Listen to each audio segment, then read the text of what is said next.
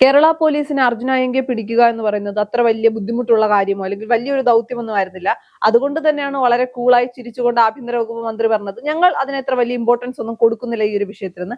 കാര്യം അർജുൻ അയ്യങ്കയെ പിടിക്കുക എന്ന് പറയുന്നത് ഈ സോഷ്യൽ മീഡിയയിലും മാധ്യമങ്ങൾ പറഞ്ഞതുപോലെ കേരള പോലീസിനെ സംബന്ധിച്ചിടത്തോളം വലിയൊരു കാര്യമായിട്ട് അവർ കണ്ടിരുന്നില്ല എന്നാണ് ആഭ്യന്തര വകുപ്പ് അടക്കം പറയുന്നത്.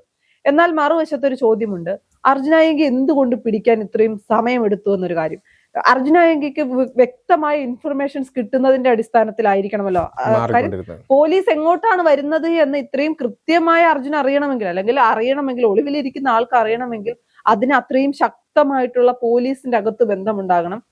നമുക്കറിയാം, ഇപ്പോ പോലീസിലായാലും എല്ലാ ഗവൺമെന്റ് ഉദ്യോഗസ്ഥരുടെ ഇടയിലും വ്യക്തമായ രാഷ്ട്രീയം ഉണ്ടായിരിക്കും. അവർ പലതരത്തിലുള്ള രാഷ്ട്രീയ പശ്ചാത്തലത്തിൽ നിന്ന് വരുന്നവരായിരിക്കും, രാഷ്ട്രീയമായി പിന്തുണയ്ക്കുന്നവരായിരിക്കും. അപ്പൊ അർജുൻ അയ്യങ്കയ്ക്ക് ഇത്രയും വേഗത്തിൽ സ്ഥലങ്ങൾ മാറാൻ അല്ലെങ്കിൽ ഒളിച്ചിരിക്കുന്ന സ്ഥലങ്ങൾ പോലീസ് അടുത്തെത്തുമ്പോൾ മറ്റൊരു സ്ഥലത്തേക്ക് പോകാൻ കഴിയുന്നുണ്ട് എങ്കിൽ അതിന് ഏറ്റവും നല്ല പിന്തുണ പോലീസിന്റെ ഭാഗത്തുനിന്ന് കിട്ടിയെന്ന് തന്നെ പറയേണ്ടി വരും. അതിപ്പോ അർജുൻ അയ്യങ്കയുടെ വിഷയത്തിൽ മാത്രമല്ല, രാഹുൽ മാങ്കൂട്ടത്തിന്റെ വിഷയത്തിലും അതേ നിലപാട് പലരും പറഞ്ഞിരുന്നു. രാഹുൽ മാങ്കൂട്ടം എത്തുമ്പോൾ പോലീസ് ഇൻഫർമേഷൻ കൊടുക്കുന്നുണ്ട്. അന്ന് കോൺഗ്രസിന് അനുകൂലമായ അല്ലെങ്കിൽ UDF അനുകൂലമായ പോലീസുകാരാണ് ഇൻഫർമേഷൻ ചോർത്തിയിരുന്നതെങ്കിൽ ഇപ്പോൾ LDF അനുകൂലമായ പോലീസുകാർ ഇൻഫർമേഷൻ നൽകുന്നു എന്ന് തന്നെ കരുതേണ്ടി വരും. ഇങ്ങനെ പോവുകയാണെങ്കിൽ വലിയ അഴിച്ചുപണിയാണ് രമേശ് ചെന്നിത്തല ഉദ്ദേശിക്കുന്നത്. ജനമൈത്രി പോലീസ് അല്ലെങ്കിൽ ജനങ്ങൾക്ക് ഏറ്റവും ഇഷ്ടമുള്ള തരത്തിൽ പോലീസിനെയും പോലീസിന്റെ ശൈലികളും രീതികളും മാറ്റണമെന്ന് പറയുമ്പോൾ ഇത്തരം രാഷ്ട്രീയമായി നിൽക്കുന്ന ആളുകൾ ഉദ്യോഗസ്ഥരുണ്ട് എങ്കിൽ എങ്ങനെയാണ് എളുപ്പത്തിൽ നടക്കുക?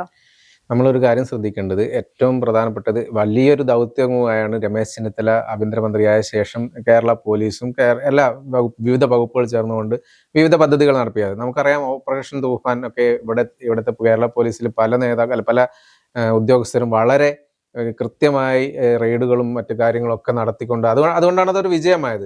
അങ്ങനെ ഇരിക്കുന്ന ഒരു സാഹചര്യത്തിൽ ഒരു കേസിൽ കേരള പോലീസിനെ വെല്ലുവിളിച്ച ഒരാളെ രക്ഷിക്കുന്നതിനായി കേരള പോലീസിൽ തന്നെയുള്ള ഒരാൾ അല്ലെങ്കിൽ ഒരാളല്ല, ഒരു കൂട്ടം പോലീസുകാർ എങ്ങനെ ചോർത്തി കൊടുക്കുന്നു. ഇതായത് ഒരു ഉദാഹരണത്തിന് ഇവിടുന്ന് ഈ വഴി, അതായത് എറണാകുളം വഴി പാലിയേക്കര ടോൾ വഴി, തൃശ്ശൂർ പാലിയേക്കര ടോൾ വഴി കണ്ണൂരിലേക്ക് പോയിക്കൊണ്ടിരുന്ന ഈ അർജുൻ അയ്യങ്കി കാറിൽ പോവുകയാണ് സുഹൃത്തുക്കളും. അങ്ങനെ പോയിക്കൊണ്ടിരിക്കുന്ന ഓരോ സ്ഥലവും നിർത്തി ചായ കുടിക്കാൻ ഇറങ്ങുന്നു, എല്ലാ കാര്യങ്ങളും ചെയ്യുന്നു ഒരു കൂളായിട്ട്. അപ്പോൾ അതൊക്കെ നോർമലായിട്ട് പോയി. പക്ഷെ ഒരു സ്ഥലത്ത് പോയി തങ്ങുന്നു, അതായത് തലശ്ശേരിയിലെ ഹോട്ടൽ, തളിപ്പറമ്പിലെ ഒരു ഹോട്ടലിൽ പോയി തങ്ങുന്നു, ഒരു റൂം എടുത്ത് താമസിക്കുന്നു. ഒരു സാധാരണ ലോക്കൽ ലോഡ്ജിങ് എന്നാണ് പറഞ്ഞത്. അവിടെ പോയി നിൽക്കുന്നു. അപ്പോൾ ആരും അധികം ശ്രദ്ധിക്കില്ലല്ലോ എന്നുള്ളതുകൊണ്ട് അങ്ങനെ അവിടെ പോയി നിൽക്കുന്നു. അവിടേക്ക് പോലീസ് വരുന്നുണ്ട് എന്നുള്ള കാര്യം അർജുൻ അയ്യങ്കിയെ അറിയിക്കുന്നത് പോലീസുകാർ തന്നെ ആയിരിക്കും. കാരണം അത്രയും അതെ അങ്ങനെ ഒരു ഇൻഫർമേഷൻ കൊടുത്ത പോലീസ് സേനയിൽ ഉണ്ടെങ്കിൽ എന്തായാലും അവർക്ക് പണി കിട്ടിയിരിക്കുന്നുള്ളത് ഉറപ്പാണ്. കാരണം അങ്ങനെയുള്ള ഒരു നിലപാടാണ് ആഭ്യന്തരമന്ത്രി രമേശ് ചെന്നിത്തലയുടേത്. കാരണം നമ്മുടെ കൂട്ടത്തിൽ നിന്ന് ചതിക്കുന്നവരെ എന്തായാലും വെറുതെ വിടാൻ രമേശ് ചെന്നിത്തല തുനിയുന്നുള്ളത് എനിക്ക് തോന്നുന്നില്ല. അവിടെ ഒരു രാഷ്ട്രീയത്തിന്റെ വിഷയമല്ല. രമേശ് ചെന്നിത്തലയുടെ രാഷ്ട്രീയം എന്തോ രാഷ്ട്രീയത്തിന്റെ ഉദ്ദേശമേ അല്ല. അവിടെ ഒരു പകപോക്കൽ, ഇപ്പോൾ അയാൾ ഒരു CPM-കാരൻ അല്ലെങ്കിൽ CPM അനുഭാവി ആയതുകൊണ്ടുള്ള ഒരു പകപോക്കലുമല്ല. ഞാൻ പറഞ്ഞ പകയല്ല, കേരള പോലീസിന് ഒന്നടങ്കം നാണം കെടുത്തുന്ന ഒരു പരിപാടി അല്ലെ, അവരുടെ ഒരു ഇതുണ്ടാവില്ലേ, ആത്മവിശ്വാസം കെടുത്തുന്ന ഒരു രീതിയാണല്ലോ ഈ ചെയ്തിരിക്കുന്നത്. അതുകൊണ്ട് അവർ കൂടുതൽ വീണ്ടും ഉള്ളിൽ നിന്ന് തന്നെ ചെയ്യുന്ന ആൾക്കാർ എന്തിനാ ഒപ്പം നിർത്തേണ്ട ആവശ്യമില്ലല്ലോ. അതുകൊണ്ടാണ് ഞാൻ പറഞ്ഞത് എന്തായാലും അവർക്കുള്ള പണി രമേശ് ചെന്നിത്തല കൊടുത്തിരിക്കുന്നുള്ളത്. അത് കണ്ടെത്താൻ എളുപ്പമായിരിക്കുമല്ലോ, സ്വാഭാവികമായിട്ടും എളുപ്പമായിരിക്കും. കാര്യം പോലീസ് സേനയിൽ തന്നെ വലിയ അഴിച്ചുപണികൾക്ക് സാധ്യതയുണ്ട് എന്നല്ല, അതിന്റെ തുടക്കം കുറിച്ചിട്ടുണ്ട്. പല കാര്യങ്ങളിലായി പല ആളുകളെ അങ്ങോട്ടേക്കും ഇങ്ങോട്ടേക്കും ഒക്കെ മാറ്റുന്നുണ്ട്. അതൊരിക്കലും ഒരു പകപോക്കലിന്റെ അജിത് കുമാറിനെ സസ്പെൻഡ് ചെയ്ത് മാറ്റിയത് അല്ല, അതൊരു പകപോക്കലിന്റെ രാഷ്ട്രീയമായിട്ടോ അല്ലെങ്കിൽ ഇപ്പൊ പ്രതിപക്ഷം പറയുന്നത് അതൊരു പകപോക്കലിന്റെ രാഷ്ട്രീയമായിട്ടാണ്. പക്ഷെ അതിനൊന്നും പൂർണ്ണമായി പകപോക്കലിന്റെ രാഷ്ട്രീയമായിട്ട് പറയാൻ അല്ലെങ്കിൽ കണക്കാക്കാൻ കഴിയില്ല. പോലീസ് സേനയാകട്ടെ, ഗവൺമെന്റ് സ്ഥാപനങ്ങൾ, ഉദ്യോഗസ്ഥർ എല്ലാം ഏറ്റവും നന്നായി പോകണം.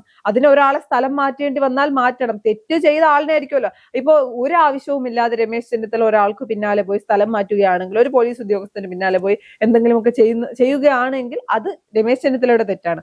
മറുവശത്ത് അദ്ദേഹം ചെയ്ത അല്ലെങ്കിൽ ആ ഉദ്യോഗസ്ഥൻ ചെയ്തതിൽ തെറ്റുണ്ട് എന്ന് കണ്ടെത്താൻ കഴിയുകയും അതിന്റെ അടിസ്ഥാനത്തിൽ നടപടിയെടുക്കുകയും ചെയ്താൽ അത് കൈയടിക്കേണ്ട കാര്യമാണ്. കാര്യം ജനങ്ങൾക്ക് വേണ്ടിയാണ് സർക്കാർ നിലകൊള്ളേണ്ടത്. അതിന് രാഷ്ട്രീയം ഉണ്ടാകും. രാഷ്ട്രീയത്തിന് അപ്പുറത്തേക്ക് ജനങ്ങൾക്ക് വേണ്ടിയുള്ള സർക്കാർ ആയിരിക്കണം, ജനഹിതം അനുസരിച്ച് മുന്നോട്ട് പോകുന്ന സർക്കാർ ആയിരിക്കണം എന്ന് പറയേണ്ടി വരും. ഇതിൽ നിന്ന് നമ്മൾ കാര്യം ഈ ലോഡ്ജിൽ ആയെങ്കിൽ എത്തി, പോലീസുകാരോ ഒറ്റിക്കൊടുത്തല്ല, പോലീസുകാരോ ആയെങ്കിയെ ഇൻഫർമേഷൻ നൽകി അങ്ങോട്ട് വരുന്നുണ്ട് എന്നുള്ളത്. കാരണം സ്ഥലം ലൊക്കേറ്റ് ചെയ്തിട്ടുണ്ട് എന്നുള്ളത് അറിയിച്ചു കൊടുത്തു. അതിനനുസരിച്ച് പെട്ടെന്ന് തന്നെ അവിടുന്ന് ആയെങ്കിൽ സ്ഥലം വിടുകയാണ്. ഒരു ഓട്ടോറിക്ഷക്കാരനെ വിളിച്ചിട്ട് ഓട്ടോയിൽ യാത്ര ചെയ്യുന്നതിനിടയ്ക്ക് സുഹൃത്തിനോട് വിളിച്ചിട്ട് കാറുമായിട്ട് വരാൻ പറയുന്നു. കാറ് കൊണ്ടുവന്ന് വരുന്നു. പയ്യന്നൂർ അവിടെ എവിടെ എത്തിയിട്ടാണ് ഓട്ടോറിക്ഷയിൽ നിന്ന് മാറുന്നത്. അപ്പൊ ഇതിനിടയ്ക്കുള്ള ഫോൺ സംഭാഷണത്തിനിടയ്ക്ക് ഓട്ടോറിക്ഷക്കാരന് മനസ്സിലായതാണ് ഈ ആംഗിയാണ് ഈ ഇരിക്കുന്നത് എന്നുള്ളത്. അതുകൊണ്ടാണ് ഓട്ടോറിക്ഷ ഡ്രൈവർ പോലീസിനെ അറിയിക്കുന്നത്. അതോടുകൂടിയാണ് കാര്യങ്ങൾ മാറി മറിയുന്നത്. എല്ലാ ഇതും പോയി. അല്ലെങ്കിൽ ഇനിയും വീണ്ടും എന്ത് ചെയ്യായിരുന്നു, വീണ്ടും എവിടെ പോയാലും ഇത് രക്ഷപ്പെടാം എന്നുള്ളൊരു ഇതുണ്ടായിരുന്നല്ലോ. അതുകൊണ്ടായിരിക്കുമല്ലോ ആയെങ്കിൽ ഓരോ ദിവസവും പോസ്റ്റ് ഇട്ട് വിളിച്ചത്. ഇപ്പൊ തൃശ്ശൂരാണെങ്കിൽ ഷൗക്കത്തിലെ വെല്ലുവിളിക്കുന്നു, ഞാൻ തേക്കിൻകാട് മൈതാനത്ത് ഇരിക്കുന്നുണ്ട്, പിന്നെ വേറൊരു സ്ഥലത്ത് പോയിട്ട് ഞാൻ ഇന്ന സ്ഥലത്തുണ്ട് ഇരിക്കുന്നുണ്ട്, അങ്ങനെയൊക്കെ പറഞ്ഞിട്ട് ഓരോ ദിവസവും പോസ്റ്റ് ഇടുന്നുണ്ടായിരുന്നു. അപ്പൊ അങ്ങനെയുള്ള ഒരാള് ഈ ഒരു പുതിയ സ്ഥലത്തേക്ക് പോകുന്നു. അതായത് ഒരു അഭിഭാഷകയുടെ വീട്ടിൽ, കണ്ണൂർ ബസ് സ്റ്റാൻഡിന്റെ അടുത്തുള്ള ഒരു ബസ് സ്റ്റാൻഡിന് സമീപത്തെ ഒരു ഫ്ളാറ്റിലാണ്, അഭിഭാഷകയുടെ വീട്ടിലാണ് ഉണ്ടായിരുന്നത് ലാസ്റ്റ്. അപ്പോഴാണ് അവിടെ വെച്ചിട്ടാണ് അറസ്റ്റ് ചെയ്തത്. അത് തന്നെ ആദ്യത്തെ പ്രാവശ്യം ആ ഫ്ളാറ്റിലേക്ക് പോലീസ് എത്തുന്നു.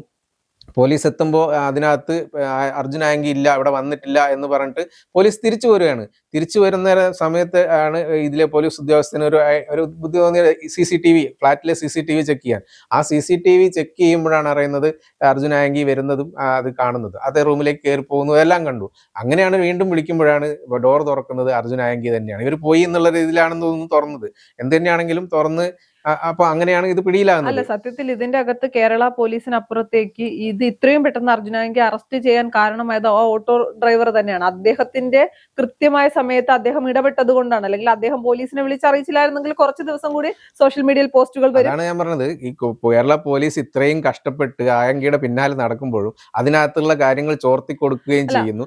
നമ്മൾ പുറത്തുള്ള ഒരു ഓട്ടോറിക്ഷ ഡ്രൈവർമാരും അല്ലെങ്കിൽ ജനങ്ങളെല്ലാവരും ഇയാളെ പിടിക്കണം എന്നുള്ളൊരു ഇത് മൈൻഡോട് കൂടി തന്നെയാണ് ഇൻഫർമേഷൻ. അല്ലെങ്കിൽ ആ ഓട്ടോ ഡ്രൈവർക്ക് വേണമെങ്കിൽ പറയാതെ പോവാലോ. അങ്ങനെ അത്രയും ഹെൽപ്പ് ഓട്ടോറിക്ഷക്കാർ പോലും ചെയ്യുമ്പോൾ പോലീസിനകത്തുള്ള ആൾക്കാർ ചിലർ മാത്രം, എല്ലാവരും അല്ല, ചില ആൾക്കാർ ഇങ്ങനെയൊക്കെ ചെയ്തു എടുക്കുന്നത് വളരെ മോശമാണ്. അവർക്കെതിരെ നടപടി എന്തായാലും ഉണ്ടാവണം. അത് നടപടി എടുക്കുക തന്നെ വേണം. കാര്യമെന്ന് പറയുന്നത്, ഒന്ന് ആദ്യം പറഞ്ഞ ഓട്ടോറിക്ഷ ഡ്രൈവറെ പ്രത്യേകമായി വിളിച്ച് ആശംസ അല്ലെങ്കിൽ ആദരിക്കുന്ന ഒരു പരിപാടി ഉണ്ടെന്ന് ആഭ്യന്തര വകുപ്പ് മന്ത്രി തന്നെ പറഞ്ഞത്. അത്തരം നല്ല കാര്യങ്ങൾ ആര് ചെയ്താലും അവരെ പ്രോത്സാഹിപ്പിക്കണം എന്നൊരു അഭിപ്രായമാണ് എനിക്കുള്ളത്. അങ്ങനെ പ്രോത്സാഹിപ്പിക്കുമ്പോഴാണ് ഇങ്ങനെ കൂട്ടത്തിൽ നിന്ന് ചെയ്തവരെ നടപടി എടുക്കുകയും വേണം. കാര്യം നമുക്കറിയാം, കഴിഞ്ഞ പിണറായി വിജയൻ സർക്കാരിന്റെ കാലത്ത് പരാതിയുമായി ചെന്ന സ്ത്രീകൾക്ക് നേരെ ഉണ്ടായ അതിക്രമങ്ങൾ, പോലീസ് സ്റ്റേഷന്റെ അകത്തുണ്ടായ കസ്റ്റഡി മർദ്ദനങ്ങൾ, ഈ പറയുന്ന പോലീസുകാരെല്ലാം ഇപ്പോഴും പോലീസ് സ്റ്റേഷനിൽ തന്നെയുണ്ട്. കഴിഞ്ഞ സർക്കാരിന്റെ കാലത്ത് അവരെ ഫേവർ ചെയ്ത് നിന്ന എല്ലാ പോലീസുകാരെയും പിരിച്ചുവിടാനൊന്നും പറയാൻ നമുക്കാകില്ല. എന്നാൽ തക്കതായ നടപടികൾ എടുത്തുകൊണ്ട് തന്നെ മുന്നോട്ട് പോകേണ്ടി വരും. എന്തായാലും മുഖ്യമന്ത്രിയാകാൻ കഴിഞ്ഞില്ല. ആഭ്യന്തര വകുപ്പ് എന്ന് പറയുന്നത് ചോദിച്ചു വാങ്ങിയ വകുപ്പാണ്.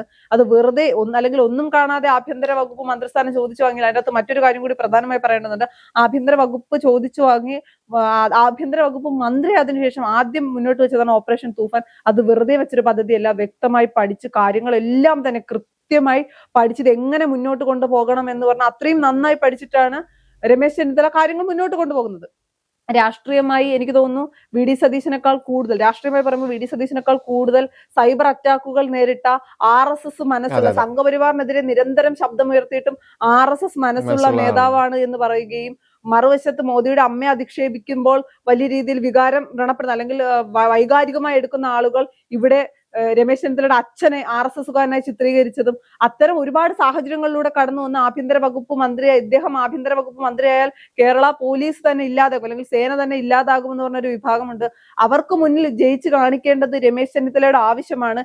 ഇതുവരെയും വലിയ രീതിയിലൊന്നും കൈ പൊള്ളാതെ തന്നെയാണ് രമേശ് ചെന്നിത്തല ആഭ്യന്തര വകുപ്പ് കൊണ്ടുപോകുന്നത്. ഒരു സർക്കാരിനെയും വിലയിരുത്താനുള്ള സമയമായിട്ടില്ല, ആഭ്യന്തര വകുപ്പിനെ വിലയിരുത്താനുള്ള സമയമായിട്ടില്ല എന്നൊക്കെ അറിയാമെങ്കിൽ പോലും ആദ്യത്തെ ഘട്ടത്തിലെല്ലാം കയ്യടി നേടുന്ന രീതിയിലാണ്. കാര്യം കഴിഞ്ഞ പ്രത്യേകിച്ച് രണ്ടാം പിണറായി സർക്കാരിന്റെ കാലത്ത് കയ്യടി പോയിട്ട് ജനങ്ങൾക്കൊരു വിശ്വാസം പോലും പോലീസിലുണ്ടായിരുന്നില്ല.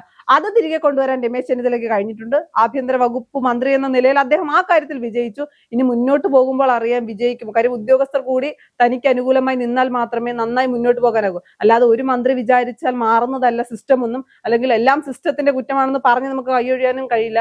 ഉദ്യോഗസ്ഥരെ നിയന്ത്രിക്കാനും സർക്കാരിനെ വെട്ടിലാക്കുന്ന രീതിയിൽ ജനങ്ങൾക്ക് ബുദ്ധിമുട്ടുണ്ടാകുന്ന ഉദ്യോഗസ്ഥർക്ക് പണി കിട്ടാതിരിക്കുകയാണെങ്കിൽ, അല്ലെങ്കിൽ അവരെ സംരക്ഷിച്ചു കൊണ്ടുപോവുകയാണെങ്കിൽ സർക്കാർ തന്നെ പരാജയമാകാനും സാധ്യതയുണ്ട്. ഒരുപക്ഷെ ഇങ്ങനെ ഒരു നടപടി ഇപ്പൊ എടുത്താൽ, അതായത് ഇങ്ങനെ പോലീസിന്റെ ഉള്ളിൽ തന്നെ കുത്തിത്തിരിപ്പ് അല്ലെങ്കിൽ ചോർത്തി കൊടുക്കുന്ന സ്വഭാവമുള്ള ആൾക്കാരുണ്ടെങ്കിൽ അവർക്കെതിരെ ഒരു നടപടി എടുത്തു കഴിഞ്ഞാൽ ഭാവിയിൽ ഇങ്ങനെ ഒരു ഇതിന് ആരും നിൽക്കാൻ സാധ്യതയില്ല എന്ന് തോന്നുന്നു. എന്തായാലും രമേശ് ചെന്നിത്തല അതിനെതിരെയുള്ള നടപടികൾ സ്വീകരിക്കുമെന്ന് തന്നെ നമുക്ക് കരുതാം.